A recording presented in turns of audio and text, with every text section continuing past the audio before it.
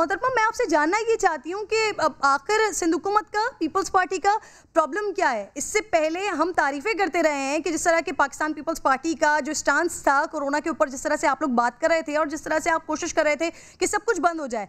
अब जब एनसीओसी में फैसले हो रहे हैं, फेडरल गवर्नमेंट इस बात पर राजी है कि बंद किया जाए, कोरोना की दूसरी वेव को रोका जाए, तो फिर आप लोग नहीं मान रहे हैं। तो मसला आप लोगों का हुकूमत से या कोरोना से है? पहले भी सिंध हुकूमत जब बैठती थी तो जो डॉक्टर्स की आरा होती थी उसके ऊपर बात करती थी और उसके हिसाब से चलती थी। और सिंध हुकूमत ने जब लॉकडाउन किया तो तमाम सूबों ने उसी रात जो है वो फौज बुला ली। यहाँ तक के फेडरल ने भी इस पर अमल किया, इस्लामाबाद में भी इस पर अमल हुआ, लेकिन वजीर आजम इसे गलत कहते रहे, बुरा भला कहते रहे।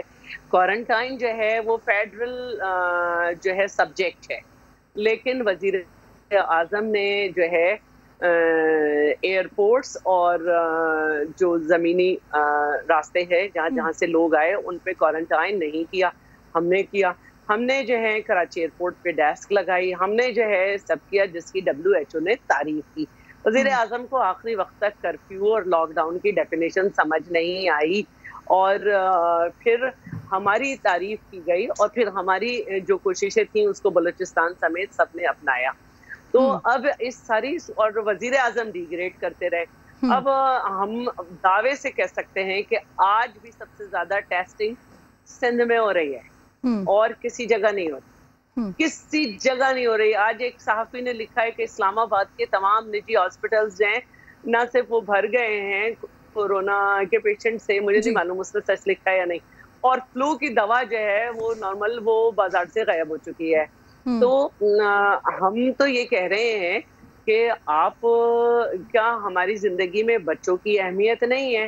आप कहते हैं मार्केट्स खुली रहें, 300 अफराद शादी में आ जाएं, बच्चे आ जाएं, हम जलसे करें तो बेहद गलत। वजीर आजम ने गुजरांवाला के जलसे के बाद FIR कटवाई के SOPs पे अमल नहीं हुआ। पंजाब गवर्नमेंट ने FIR काटी, उसके बाद वजीर आजम ने वहाँ पे जलसा कर लिया, SOPs पे अमल हुआ। फिर जब वजीर आजम की पार्टी जो है वो गिलगित-बल्तिस्तान में जलसे करे तो कोरोना सो जाता है, मिलकर सही तो नहीं हो सकते ना। शैला साहिबा, दो गलत मिलकर सही तो नहीं हो सकते ना।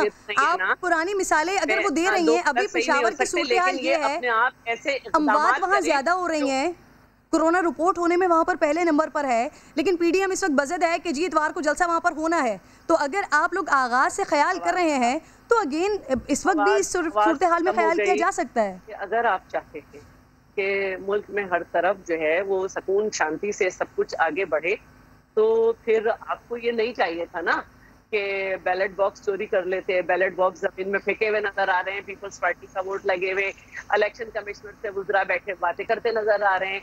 आपको ये नहीं करना चाहिए था जो वहाँ पे पुलिस ने डालने नहीं दिया गया वोट, ये सब सुकून हो जाता, जलसे हो गए, सब इलेक्शन हो जाता, हम भी घर आ जाते।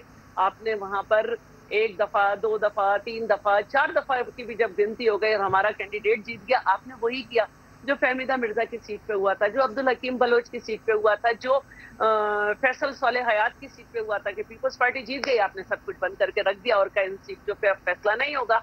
तो इस तरह से अगर आप चाहेंगे तो ये अमन की तरफ जाने वाली बात नहीं है और हम इसकी परवाह नहीं करेंगे।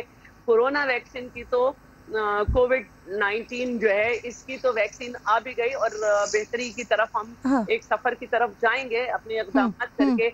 लेकिन IKVED 2018 इसने ना सिर्फ लोगों को बेरोजगार किया है, इसने कोई जराए नहीं पैदा किए, मईशत नेगेटिव कर दी, GDP जो है वो नेगेटिव हो गई, मईशत अफगानिस्तान से कम हो गई।